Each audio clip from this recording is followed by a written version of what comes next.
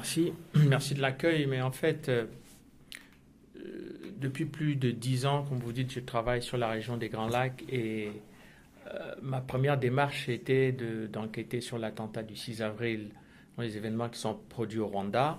Et j'étais un peu surpris de la tournure que le traitement de l'information avait pris sur les événements du Rwanda, où tout le monde parlait du génocide, personne ne voulait parler de l'attentat du 6 avril. Mais ce qui a été beaucoup plus grave et qui m'a amené à travailler sur le Congo, c'est le fait que lorsque, dès 1994-95, les réfugiés rwandais se déversent massivement à l'est du Congo, un argument central sera constamment utilisé par les nouvelles autorités rwandaises, donc représentées par Paul Kagame, qui est devenu président de la République au Rwanda après l'assassinat du président Habyarimana. En tout cas, il était longtemps ministre de la Défense, vice-président, et par la suite, il est devenu président de la République. Mais c'est lui qui était en fait le centre du pouvoir de la rébellion rwandaise. Et c'est lui qui sera le principal artisan de la déstabilisation du Congo. Et quel est l'argument qu'il va utiliser pour ne pas attirer l'attention sur le rôle et l'action qui sera la sienne? Ce sera de dire constamment qu'il y a des génocidaires Hutus à l'est du Congo qui menacent la stabilité du Rwanda. Cet argument a été utilisé pendant de très nombreuses années, jusqu'à présent d'ailleurs, jusqu'à très récemment encore. Et moi, j'ai voulu comprendre pourquoi l'Union européenne, quel était le rôle de l'Union européenne dans cette région des Grands Lacs, surtout que après l'assassinat de Laurent Désiré Kabila en 2001, l'Union européenne s'est investie massivement, financièrement, politiquement, diplomatiquement dans la région. Donc, l'Europe avait décidé de financer la formation d'une armée nationale au Congo, de financer la police nationale congolaise, ou en tout cas la restructuration de la police nationale congolaise, qui était d'ailleurs conforme aux accords de Sun City qui avaient été signés des années plus tôt. Et donc, j'ai voulu comprendre comment, en l'espace de 10 ans à peu près, comment l'Union européenne, c'est-à-dire depuis 2002, l'engagement de l'Union européenne de façon pratique au Congo date à peu près de 2002. Donc, comment entre 2002 et 2012, l'Union européenne a agi, quelles étaient les méthodes qui étaient utilisées, d'ailleurs très souvent sur la base de ses propres fondements politiques, notamment le soutien aux droits de l'homme, le soutien à la démocratie, le soutien à la liberté de presse, etc. Et le soutien, ce qui était d'abord au début des années après l'assassinat de Laurent Désiré Kabila, le soutien au processus de transition. Et pendant cette période, donc, j'ai pu obtenir des documents confidentiels et documents internes du Conseil de l'Europe et de la Commission européenne. Donc, ce que je dis dans ce livre n'est pas le fruit de mon imagination ou de mes réflexions personnelles. C'est d'abord et avant tout une mise à disposition du public des informations qui jusque-là sont restées confinées dans les tiroirs ou les murs de l'Union européenne. Mais je pensais que, puisque le débat sur le Congo est quasiment difficile, c'est-à-dire que la plupart des médias ont décidé de s'auto-censurer sur la RDC, la plupart des médias sont prompts à parler de la RDC que pour parler des génocidaires qui seraient ou qui furent à l'est du Congo, d'autres plus volubiles quand il faut parler des FDLR, c'est-à-dire ce qu'on pourrait considérer comme les frères jumeaux des génocidaires Hutus. Alors, dès lors où on parlait des Hutus, eh bien, toute la presse internationale est mobilisée. Mais dès lors où il faut parler des agents de déstabilisation de l'Est du Congo, eh bien, il n'y a quasiment plus personne. Dès lors où il faut parler des massacres des populations congolaises à l'Est ou des viols des femmes congolaises à l'Est, il n'y a quasiment plus personne. Donc, j'ai voulu, effectivement, déceler qu'est-ce qui se passait au sein de l'Union européenne dans les réunions à huis clos, dans les rapports de mission. J'ai eu notamment les rapports de mission de M. Ado Ayello pendant à peu près 10 ans, les rapports de mission de M. Xavier Solana et les rapports de mission de M. Ayello, qui était le représentant spécial de l'Union européenne, et Solana, qui était le chef de la diplomatie européenne.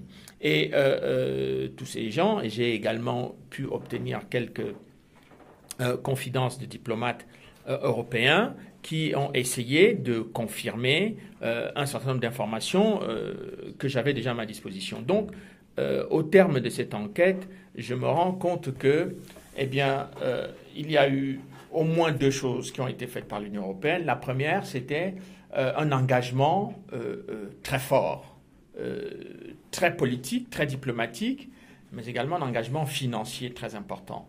Plusieurs millions d'euros ont été dépensés dans le processus électoral au Congo entre, je dirais, 2002 et 2006, c'est-à-dire que pendant toute la période qui précède les élections présidentielles en République démocratique du Congo, l'Union européenne a dépensé beaucoup d'argent. Et quand je dis beaucoup d'argent, c'est sur le plan de la sécurité, parce que l'Union européenne a financé la police, la construction de la police congolaise, ou ce qu'ils ont appelé eux-mêmes la restructuration de la police congolaise, bien que cela n'était pas explicitement mentionné dans les accords de Sun City. Et l'objectif du financement de la police était que l'Union européenne tenait absolument à ce qu'il n'y ait pas d'émeute à Kinshasa pendant les élections, ou en tout cas lors de la proclamation des résultats des élections. C'est-à-dire qu'ils, dans leur démarche, je crois qu'ils étaient à peu près convaincus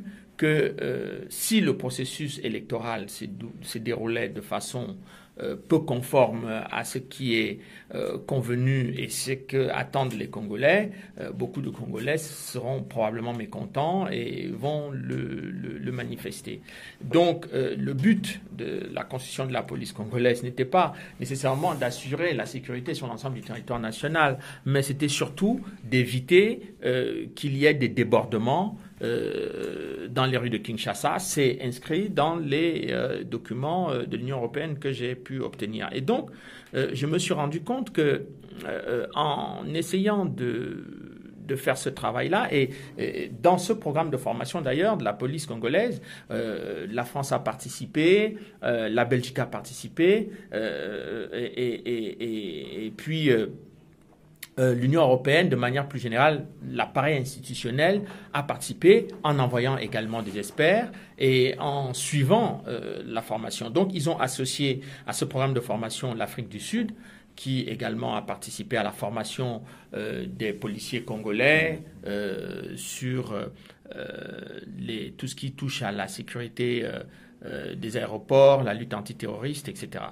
Et il y avait une forme de compétition entre la formation qui était dispensée par les Sud-Africains et la formation qui était dispensée par les Français et les Belges. Donc au final, on se rend compte que, d'après ce que disent les rapports de l'Union européenne,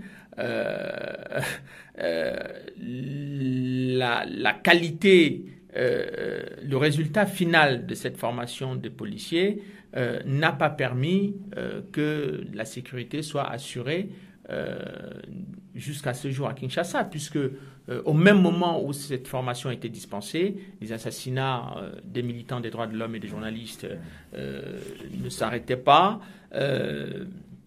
Même des Européens étaient en situation d'être dépouillés dans les marchés de Kinshasa. Et tout cela ne semblait pas choquer outre mesure l'Union européenne. Le but, et j'insiste là-dessus, c'était vraiment le processus électoral, c'était les élections. Donc, il y a eu également la formation de l'armée, également qui a été un des nœuds de discussion importants lors des accords de Sun City. Et le but, c'est que tout le monde avait constaté que depuis quasiment l'arrivée de Laurent Désiré Kabila au pouvoir en 1997, le Rwanda occupait en quelque sorte, d'une manière beaucoup plus feutrée, les rouages de la sécurité du pays. Les services de renseignement étaient à des endroits stratégiques contrôlés par les militaires rwandais. James Kabarebe, qui est devenu le chef de l'état-major, qui est actuel ministre de la Défense du Rwanda, est devenu chef d'état-major de l'armée congolaise. C'est du jamais vu, mais ça s'est produit. Et un peu plus tard, lorsque l'Union européenne décide donc de restructurer cette armée, de financer la restructuration de cette armée, qu'est-ce qu'on voit? On voit encore, une fois de plus, des gens qui ont participé à l'invasion du Congo en 1997, qui ont participé à l'attaque du Congo en 1998, se retrouver dissous ou dilués dans l'armée, une nouvelle armée nationale. On retrouve des parfaits criminels de guerre comme Bosco Ntaganda ou Nkunda Batouare. On les retrouve, sur lesquels il y a des mandats d'arrêt internationaux, donc ce que j'ai dit est tout à fait vérifiable par tout le monde. Eh bien, ces gens sont introduits dans une armée nationale. Et les rapports de l'Union européenne s'inquiètent d'ailleurs du mode de recrutement, parce qu'on avait demandé que ce soit les Sud-Africains qui fassent la sélection et le repérage des soldats qui devaient être intégrés dans l'armée congolaise. Par la suite, un certain nombre d'experts occidentaux étaient là également pour assurer la formation. Donc, on a recruté des miliciens, on a recruté de tous les groupes les principales milices, que ce soit la milice qui était dirigée par les différents vice-présidents. Ce qui était beaucoup plus grave dans ce recrutement, c'est le fait que des gens qui n'étaient pas naturellement des Congolais ont été recrutés là-dedans. Alors, il y a un argument qui était un argument de taille, c'était l'argument ethnique. Et cet argument ethnique ne touchait pas d'ailleurs toutes les ethnies congolaises, mais mettait l'accent uniquement sur les Tutsis de l'Est du Congo. Et ce sont ces gens comme Laurent Nkunda qui menaçait lorsqu'il a organisé sa dissidence contre l'armée nationale congolaise. Tout le monde s'attendait à ce que lorsqu'un militaire décide de faire défection ou d'entrer en dissidence, il va évoquer des raisons d'ordre professionnel, c'est-à-dire délabrement de l'armée, manque de matériel, insuffisance du soutien de l'État aux forces armées nationales. Eh bien, ce ne sont pas ces arguments que M. Nkunda Batouare avait avancés. Il a avancé des arguments qui étaient de nature politique, c'est-à-dire que les gens de l'Est du Congo, les Tutsis de l'Est du Congo étaient abandonnés par tous les pouvoirs politiques successifs qui sont relayés à Kinshasa, ce qui est d'ailleurs un argument complètement fallacieux parce que cet argument est balayé par un certain nombre de documents. Il y a même eu, je crois, en 91, un rapport des parlementaires congolais qui analysait la situation de la minorité Tutsi. Quand on sait que le Congo a à peu près 220 ou 230 ethnies et que dans les 230 ethnies que comporte le Congo, il y a, disons, à peu près une centaine d'ethnies minoritaires qui n'apparaissent dans aucun dispositif important de l'État congolais et que ces gens n'ont même jamais manifesté un mécontentement quelconque sur la place publique et mieux que cela, ils n'ont jamais pris les armes pour revendiquer leurs droits. Donc, moi, j'étais surpris et très frappé de constater que l'ethnie qui semble être la plus lésée au Congo, c'est l'ethnie Tutsi, et que finalement, tous les efforts que devrait faire l'État congolais, c'est en direction des Tutsis de l'Est. Eh bien, ce sentiment, pour beaucoup de Congolais, est assez frustrant, et je savais que tout Congolais qui ose faire remarquer, même diplomatiquement, même avec d'ailleurs beaucoup de courtoisie et de politesse, qu'il n'y a pas que l'ethnie Tutsi au Congo qui serait victime de discrimination, encore faut-il prouver qu'ils sont réellement victimes de discrimination, que ces gens méritent d'avoir quand même un peu plus de droits que d'autres ethnies. Et j'ai pensé que cette façon de procéder et cette façon de poser les problèmes était de nature à créer des tensions ethniques dans tout le Congo parce que ça va frustrer nécessairement toutes les autres minorités qui vont se dire dès lors où une minorité pour s'exprimer ou pour revendiquer dans ce pays doit prendre les armes contre l'État, eh bien toutes les minorités sont en mesure de prendre des armes pour procéder à leurs revendications. Donc je considérais que c'était pas la meilleure manière de faire, mais surtout ce qui est devenu frappant, c'est que lorsque j'avais publié mon livre en 2002 où je disais que la guerre que Kagame menait au Congo était véritablement une guerre minière, que c'était pour les mines que le Rwanda envahissait le Congo, je crois qu'à l'époque, beaucoup de Congolais d'hommes politiques n'avaient pas pris complètement la mesure de ce qui allait se passer plus tard. On se rend compte que 10 ans après, une succession des rapports des Nations Unies ont apporté régulièrement la preuve et la démonstration que l'invasion ou les attaques de l'Est du Congo sont non seulement financées par le Rwanda, c'est-à-dire que la rébellion, que ce soit du CNDP, qui était le mouvement de Laurent Nkunda, qui avait décidé de faire dissidence contre l'armée nationale congolaise, avait des motivations politiques, puisque par la suite le CNDP est devenu un parti politique, que ses membres ont été transférés, intégrés dans l'armée nationale congolaise, sans souci de vérification de l'authenticité de leur nationalité et surtout sans véritablement chercher à savoir s'ils étaient des mercenaires qui étaient intégrés dans l'armée congolaise. Mais on a vu également que les gens du mouvement M23, déjà il y avait beaucoup de Rwandais, des Tutsis rwandais qui avaient appartenu au RCD Goma,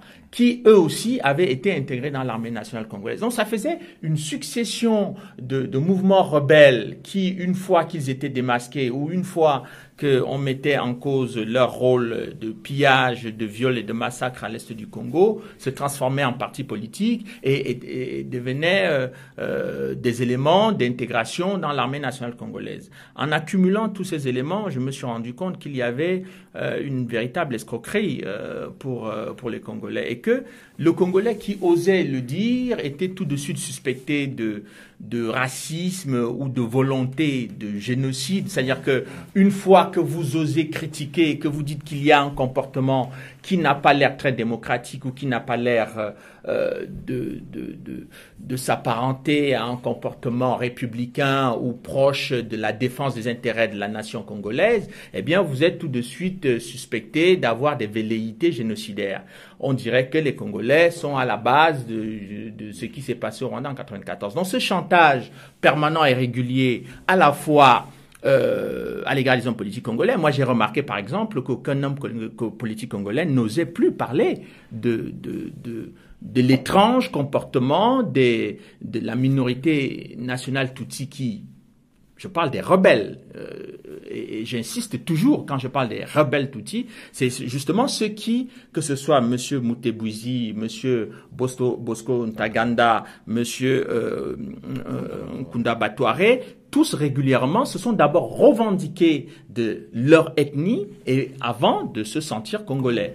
Et d'ailleurs, à de nombreuses reprises, lorsque cette observation pouvait faire surface, eh bien, M. Paul Kagame disait constamment que ce n'est pas le problème du Rwanda, c'est un problème congolo-congolais. Or, comment expliquer que le problème des rébellions successives à l'est du Congo apparaît toujours comme des mains exécutives du Rwanda, puisque les Nations Unies démontrent que le Rwanda finance, forme, recrute au Rwanda pour faire rentrer ces gens au Congo. Mais plus on le dit, plus on le démontre, plus le Rwanda critique le leadership congolais. Donc j'ai aussi essayé de voir qu'est-ce qui justifiait le silence important des plus hautes autorités congolaises face à cela.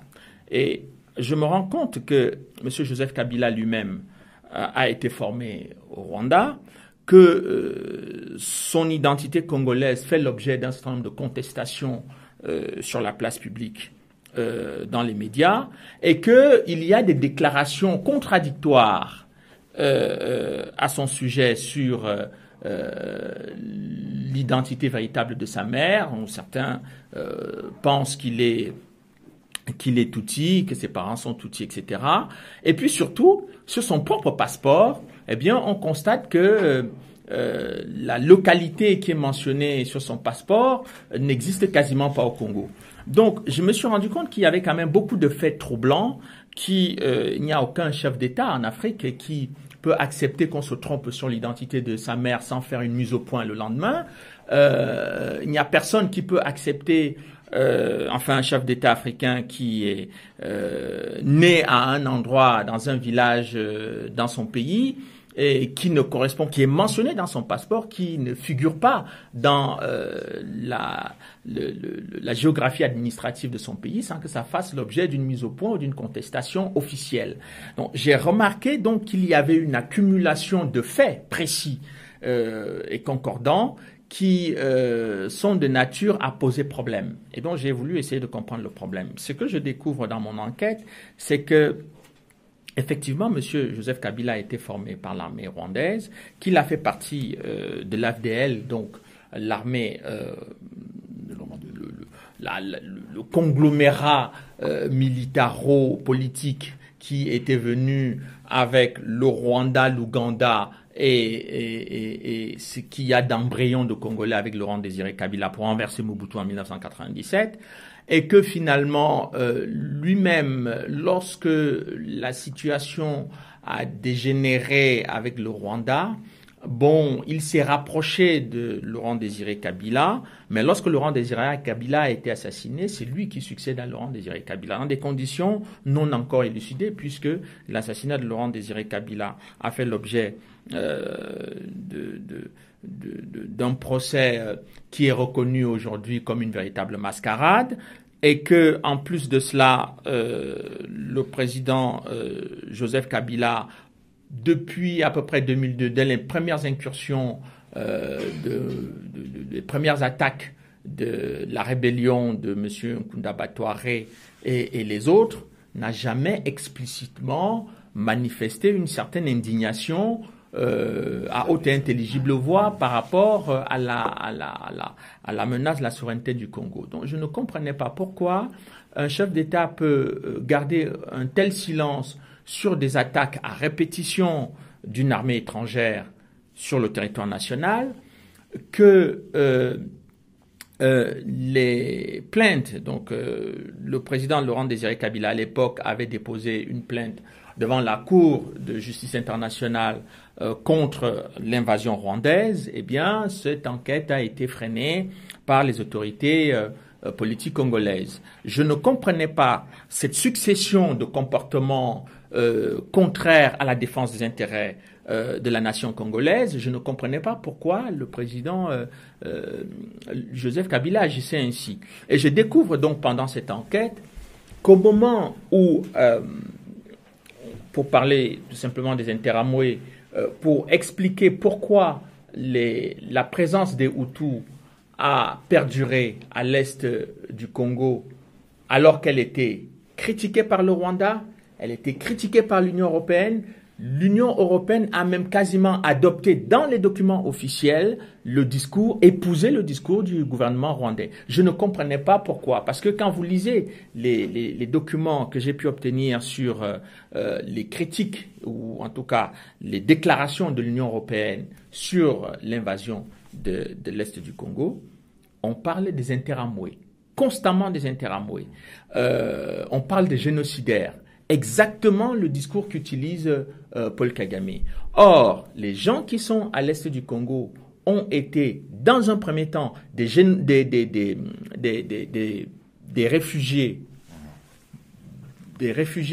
rwandais, donc majoritairement ou essentiellement Hutus d'ailleurs, qui avaient fui les événements de 1994, qui se sont retrouvés là. Donc répertoriés pour certains et recensés par le HCR et d'autres organisations non gouvernementales. Mais par la suite, on se rend compte que ils vont être mélangés avec ce qui restait de l'armée nationale rwandaise, majoritairement Hutu. Donc on désigne, comme ça sous un nom générique, les enfants, les femmes, les vieillards et les soldats Hutus, on les appelle tous des génocidaires, des Interamwe. Et donc l'Union européenne adopte le même vocabulaire. Cela me paraissait assez troublant. Mais ce qui est beaucoup plus troublant, c'est que ces gens, lorsque Laurent Désiré Kabila arrive en 97, une bonne partie de ces gens vont être massacrés par les rebelles Tutsis envoyés par Kagame, parce que ça faisait partie du deal qu'il avait négocié avec Laurent Désiré Kabila pour l'accompagner à Kinshasa. Et une fois qu'ils arrivent à Kinshasa, James Kabarebe Tutsi lui-même, chef d'état-major de l'armée congolaise, fait exterminer un certain nombre de Hutus à l'est du pays.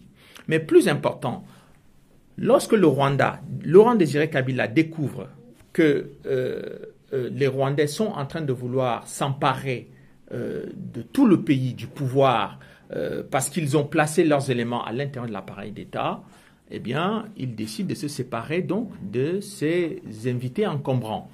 Ils retournent tous au Rwanda.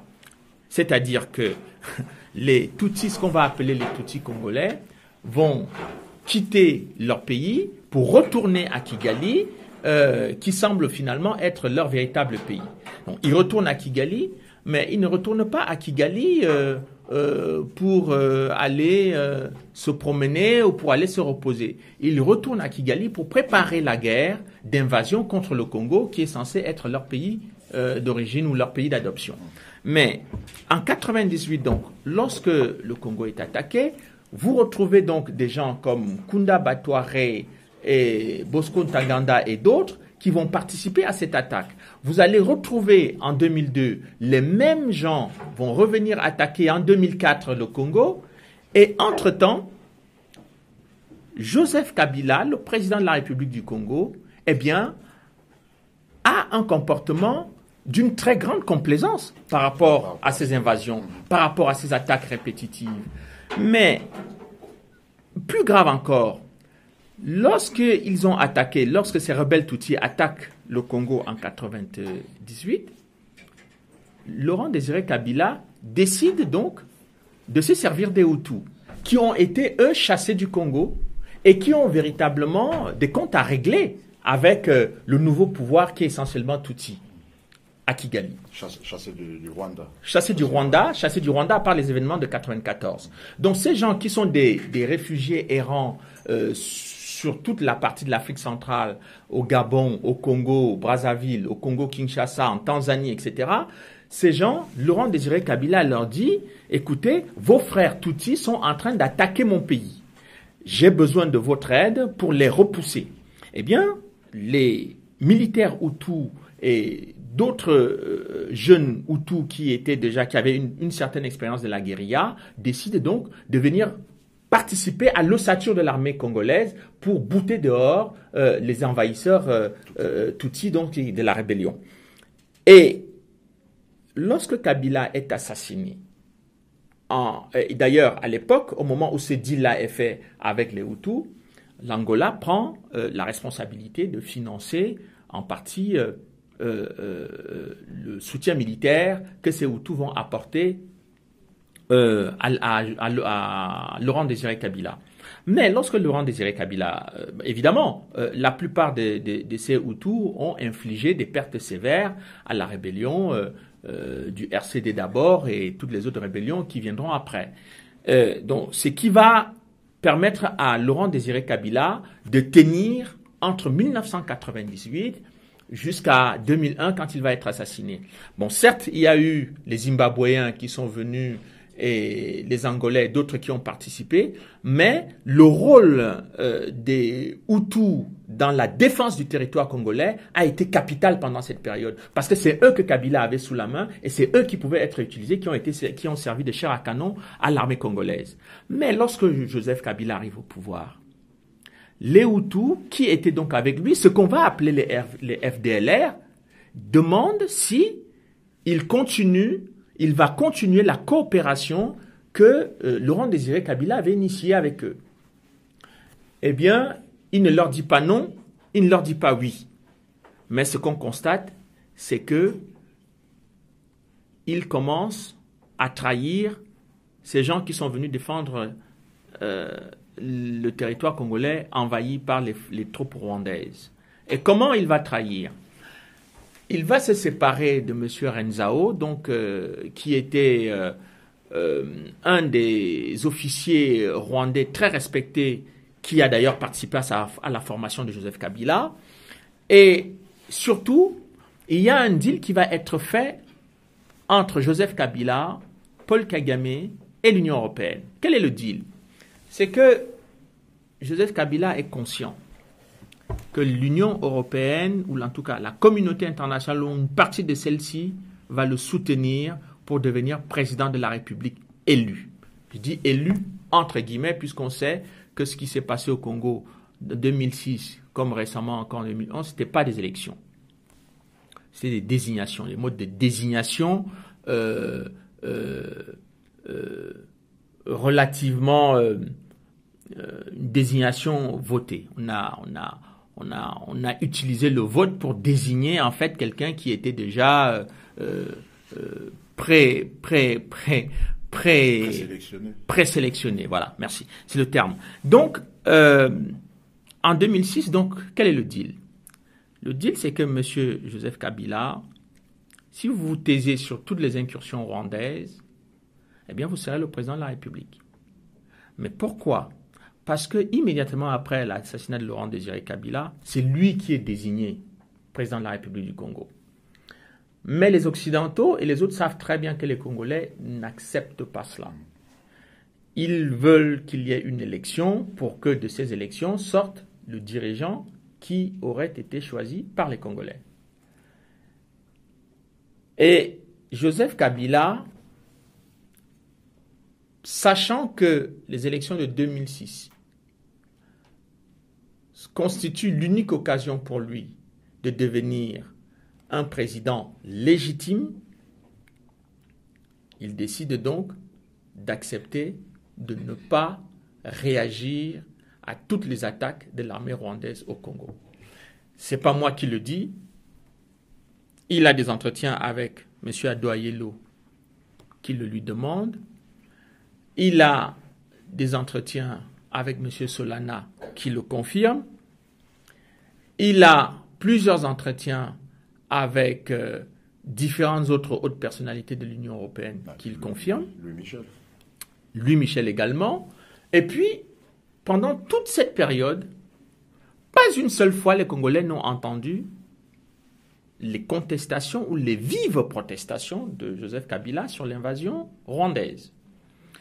Mieux que cela, dans la presse internationale, on ne parlait pas d'invasion rwandaise, on parlait de présence des groupes armés à l'est du Congo. Bon, comme si ces groupes armés, personne ne savait d'où ils venaient, ils étaient non identifiables, etc.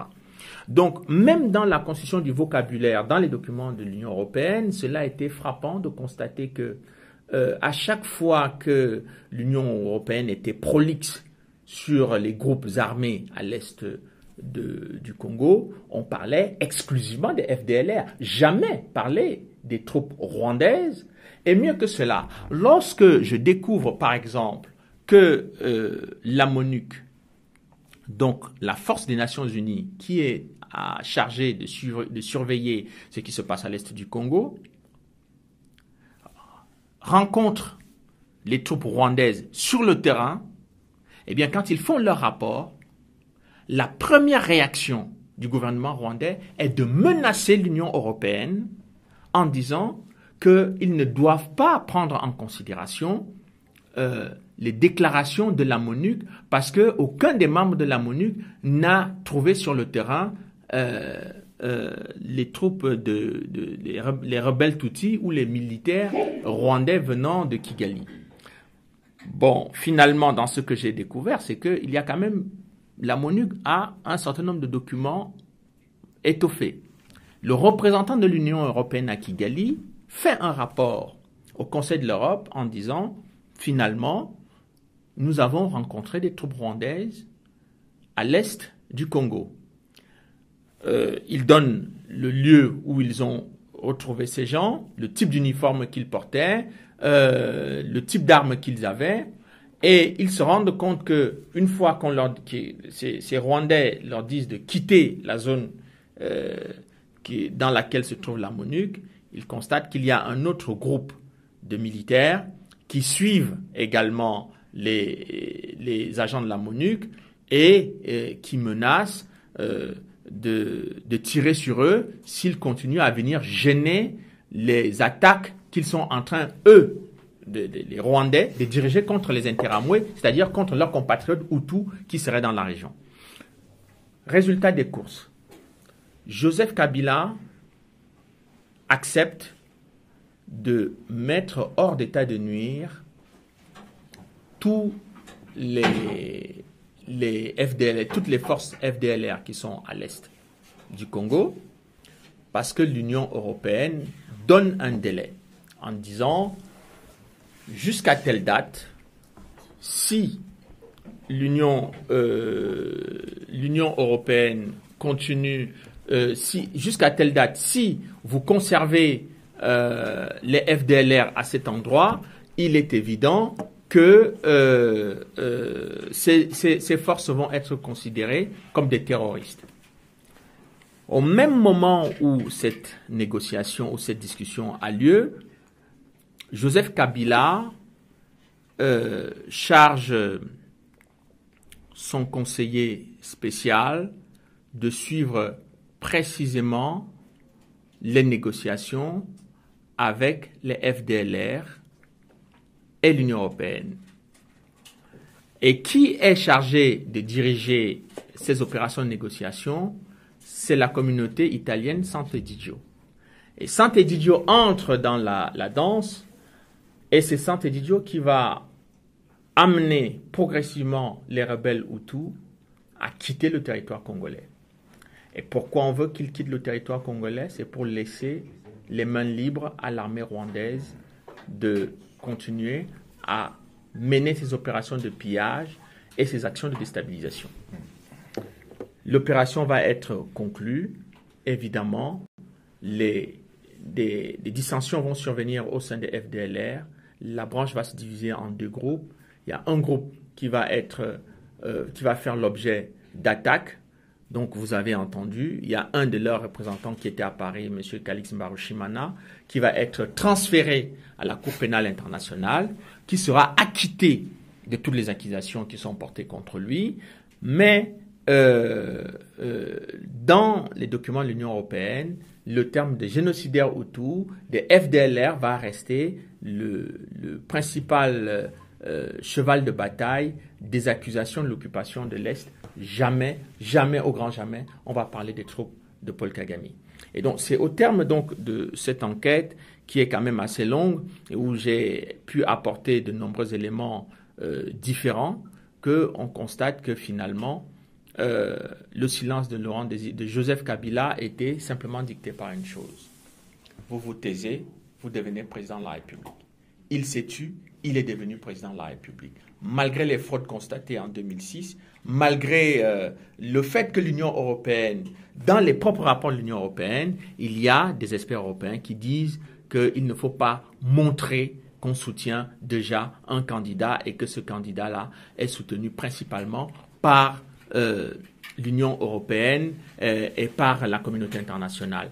Et dans cette communauté internationale, ce qui va être très grave dans le soutien à Joseph Kabila, c'est surtout le fait que les États-Unis et la France vont soutenir la désignation en 2006 de Laurent Désiré Kabila. Et on ne peut pas comprendre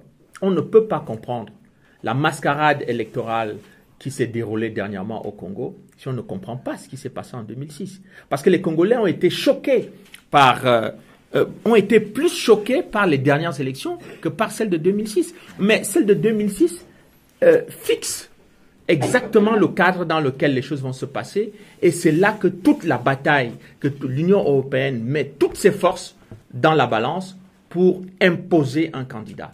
Et qui choisit le candidat? C'est la France et les États-Unis. Mais dans cette enquête, ce qui m'a le plus troublé, ce n'est pas que les États-Unis choisissent Joseph Kabila pour les élections de 2006. Ce qui m'a frappé, c'est le rôle de la France. La France a été attaquée, insultée, humiliée par Kagame, et je ne pouvais pas comprendre pourquoi quelqu'un qui est en contact permanent, qui discute régulièrement avec James Kabarebe, c'est-à-dire M. Joseph Kabila, qui est en négociation permanente avec l'Union européenne pour faire exécuter le diktat de Kagame au Congo, je ne pouvais pas comprendre que la France accepte de soutenir ce monsieur. Alors j'ai essayé de réfléchir et d'analyser. Ce que j'ai compris, c'est qu'en 2004, le président Chirac a de gros problèmes avec... le président Chirac a de gros problèmes. Je suis très déstabilisé par tout ce qui se passe. Donc, le président Chirac est très déstabilisé et le président Chirac est très gêné par l'attitude des États-Unis. Pourquoi? Parce que les États-Unis ont décidé de mener la guerre en Irak. Et la France s'est opposée à l'intervention américaine en Irak. Et les Américains ont promis au président Chirac d'avoir sa peau. C'est-à-dire que il allait avoir de sérieux problèmes puisque lui refusait, il traitait des Américains. Tout le monde se souvient du discours de M. de Villepin aux Nations Unies qui critiquait l'attitude américaine, le fait de ne pas respecter les procédures diplomatiques et d'aller attaquer militairement l'Irak. Et donc le président Chirac savait déjà que les Américains n'avaient pas apprécié ses réticences à participer à la force de coalition qui était chargée de mener les opérations militaires contre Saddam Hussein. Donc, il a décidé, lui, de ne plus avoir d'affrontement avec George Bush. Et pour cette raison-là, il a accepté de soutenir le président, de soutenir la désignation ou la nomination de Joseph Kabila.